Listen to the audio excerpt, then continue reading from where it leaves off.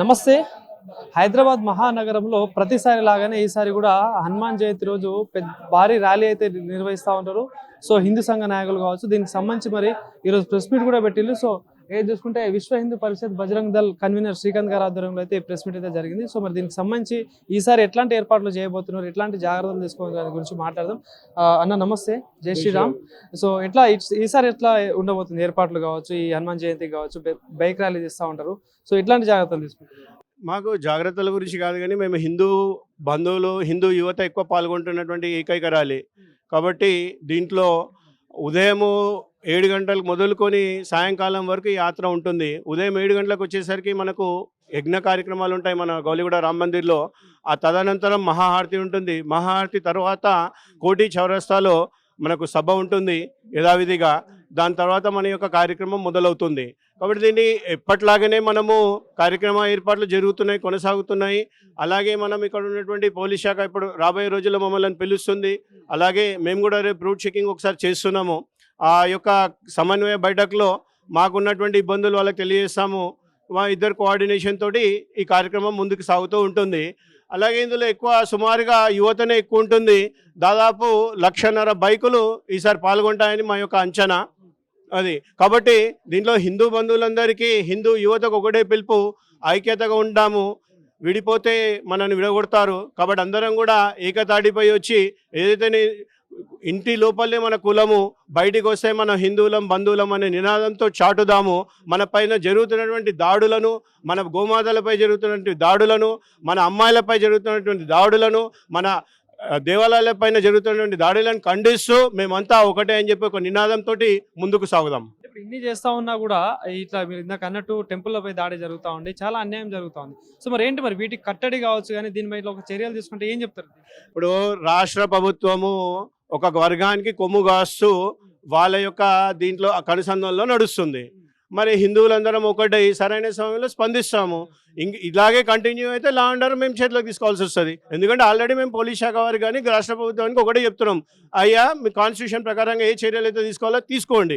హిందువుల పైన ఎలాగైతే మీకు అవసరం ఉన్నా అవసరం లేకున్నా కేసులు మా పైన సంధిస్తున్నారు, కానీ అదే వాళ్ళ దగ్గరికి వచ్చేసరికి 50 మంది దాడులు చేస్తే కేవలం ఒక కేసు మీద మీకు వస్తుంది. అదే హిందువుల పైన 50 మంది ఉంటే 100 పైన కేసు పెడుతున్నారు. ఇది ఎంతవరకు కరెక్ట్? మీరు కాన్స్టిట్యూషన్ ప్రకారం నడుచుకోవాలని చెప్పేసి మేము కోరుతున్నాం వారిని. దీనిలాగానే రాజాసింగ్ గారు కూడా ప్రతిసారి శ్రీరామనవమికి యాత్ర తీస్తూ ఉంటారు.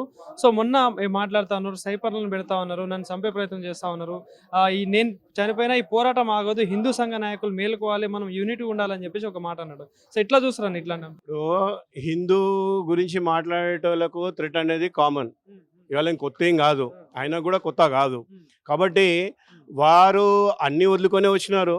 మన బజరంగ్ దళ్ కార్యకర్త ఆయన రామనవమికి ఒక్కసారి వరకు అది వస్తుంది, కానీ మాకు డైలీ వస్తుంది కదా, మాకు డైలీ ఉంటుంది, మాకు డైలీ టార్గెట్లు ఉంటాం మేము. కానీ మేము ఎక్కడ భయపడాల్సింది ఏం లేదు. మాకు దేశం కోసం, ధర్మం కోసం, ప్రాణాలు అర్పించడానికి రెడీ మేము ఇక్కడ ఈ కార్యక్రమంలో ఉన్నాం. ఈ ధర్మం కోసం పనిచేస్తున్నాం, హిందువుల కోసం మేము పనిచేస్తున్నాం. కాబట్టి ఏదైతే స్నిఫరు లేకపోతే ఇంకేదో స్లీపింగ్ సెల్స్ అన్నారు, మేము ఆల్రెడీ కమిషనర్ గారికి చెప్పడం జరిగింది, ఇక్కడ ఉన్నటువంటి రోహింగ్యాలు ఎవరైతే ఉన్నారో వాళ్ళని తరిమి కొట్టండి అని చెప్పేసి మేము చెప్పాము. ఆల్రెడీ వాళ్ళే బాజాప్తా ఒప్పుకునే కూడా ఉన్నది, లిఖితపూర్వకంగా ఇంతమంది ఉన్నారని చెప్పేసి వాళ్ళని పంపించేయాల్సిందిగా మేము కోరుతున్నాం. ఎందుకంటే ఇక్కడ ఉన్నటువంటి మనం ఎన్నో సంవత్సరాల నుంచి భారతదేశంలో ఉంటున్నాం, మేమేం బయటికి వెళ్ళి రాలేదు కదా. హిందువులు మనకున్నది భారతదేశంలో ఉన్నటువంటి వాడికి సెక్యూరిటీ లేకపోతే ఇంకా బయట వాడికి అవసరం ఏముంది? అది మొన్న అజరుద్దీన్ మాట్లాడుతూ కూడా అయితే మా షాప్లలో కొనొద్దు అంటే బయట దున్ని ఎందుకు తీసుకుంటా అని చెప్పేసి ఒకటి అనడం జరిగింది కదా. సో దానిపై ఎట్లా స్పందిస్తారు? వాడికి తెలియలేదు, వాడు ఆల్రెడీ ఏంది లంచగుండితో సస్పెండ్ అయినటువంటి వ్యక్తి అతను. వాడు నీతులు వలకడం నాకు హాస్యాస్పదం అనిపిస్తుంది. ఇప్పుడు మేము హిందూ సంఘాలు కానీ, బజరంగ్ దళ్ కానీ, విశ్వ హిందూ పరిషత్ కానీ ఏం చెప్పింది, ఎవడైతే ఊముస్తున్నాడో, ఎవడైతే ఉచ్చబోస్తున్నాడో, ఎవడైతే కల్తీ చేస్తున్నాడో, ఎవడైతే వ్యతిరేకంగా పనిచేస్తున్నాడో వాడికి మేము వ్యతిరేకం. మన దగ్గర కంపల్సరీ ఇప్పుడు కూడా చెప్తున్నాను కొనొద్దని చెప్పేసి. మేము బాగా చెప్తే కొనము.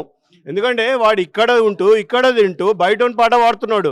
ఎంతమంది ఇప్పుడు భారత సైనికులు ఎంతమంది చనిపోతే ఎంతమంది ప్లే కార్డులు పట్టుకొని ప్రదర్శిస్తున్నారు? వీర జవాన్ల దివస్ జరుపుకుంటే ఎంతమంది వాళ్ళు పాల్గొన్నారు?